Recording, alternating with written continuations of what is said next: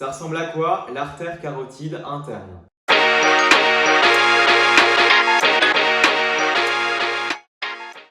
Sur cette vue latérale de l'artère carotide interne, on remarque son trajet plutôt sinueux.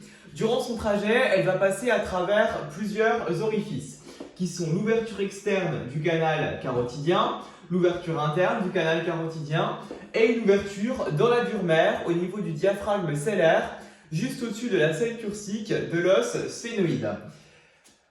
Ces orifices nous permettent de détailler plusieurs parties, plusieurs sections de cette artère carotide interne.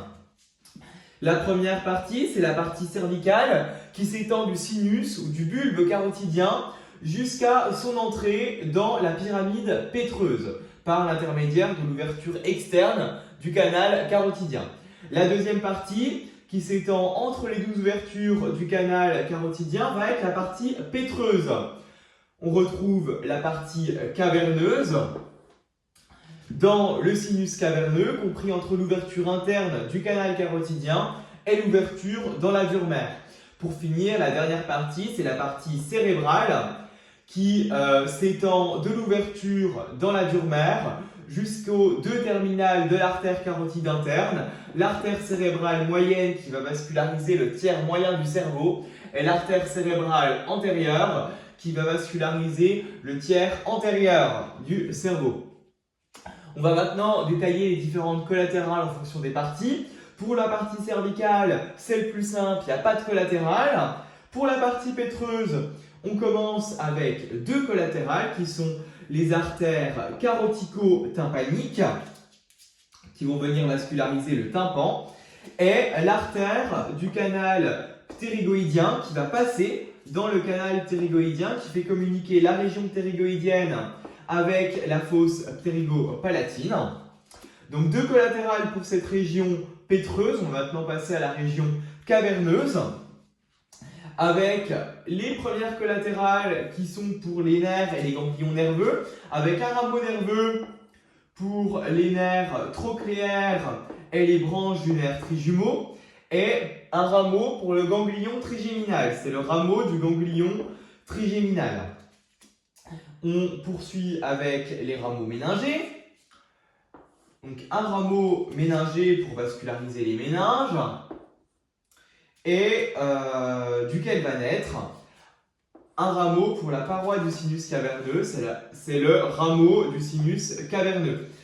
On passe maintenant au rameau de la tente du cervelet avec le rameau marginal de la tente, duquel va naître le rameau du clivus. Le clivus qui est cette paroi osseuse constituée de l'os sphénoïde en haut et de l'os occipital en bas. Et le rameau basal de la tente pour vasculariser la base de la tente du cervelet. Le rameau marginal de la tente s'occupe quant à lui des marges, des contours de la tente du cervelet.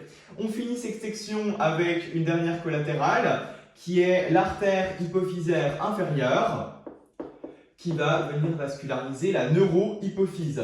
On remarque ce virage en 180 degrés de l'artère carotide interne. Cette partie est appelée le siphon carotidien. On passe maintenant à la dernière partie qui est la partie cérébrale avec la première collatérale et la plus grosse. Cette collatérale, c'est l'artère ophtalmique qui va passer dans le canal optique et qui va venir vasculariser l'œil. On poursuit avec l'artère hypophysaire supérieure qui va venir s'anastomoser, former des connexions avec son homologue inférieur. On retrouve ensuite l'artère communicante postérieure qui va communiquer avec l'artère cérébrale postérieure. Et enfin, la dernière collatérale, c'est l'artère choroïdienne antérieure duquel va naître le rameau de l'incus qui est une partie du lobe temporal.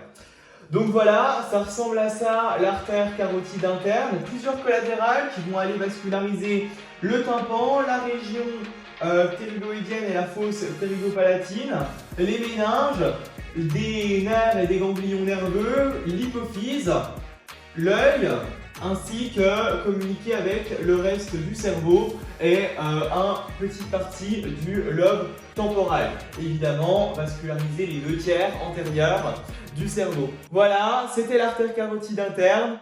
Salut les cracks!